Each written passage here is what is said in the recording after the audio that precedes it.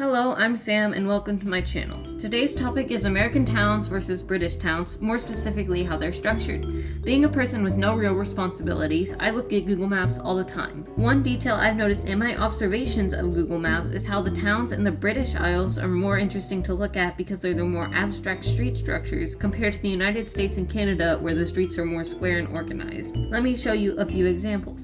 First, let's look at the US and Canada. Here's the town of Weyburn, Saskatchewan, Canada.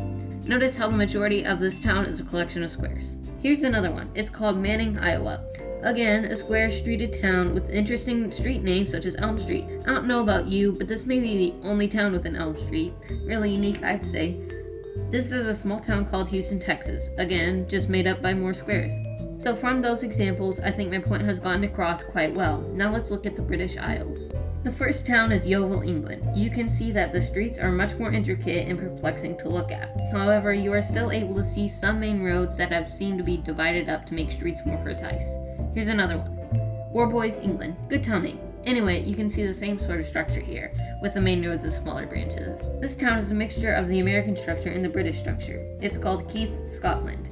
In this south part of the town, you can see rectangular streets, but in the north you can see what we've seen before. From these examples, you can see where the US and Canada has more boxy towns. The British Isles towns resemble a tree with branches. This information brings up many questions, such as the one I will answer. That question is, the reason for this is because towns in the British Isles are much older, so buildings and roads were built more loosely. The American towns are all newer, meaning that humans could be more precise with their road placements. Towns constructed and founded before the Industrial Revolution look more loose because most towns founded during and after the Industrial Revolution are built on grid systems or city blocks. This is because cities built in this time are created with the idea of people living in them, rather than human settlements that have developed over time. So, we have gone through why cities are structured differently. City blocks came about during the Industrial Revolution and have stuck around in the States. This is the end part. I hope you liked my video, and if you did, maybe you should watch the next one. See you next time. Bye for now.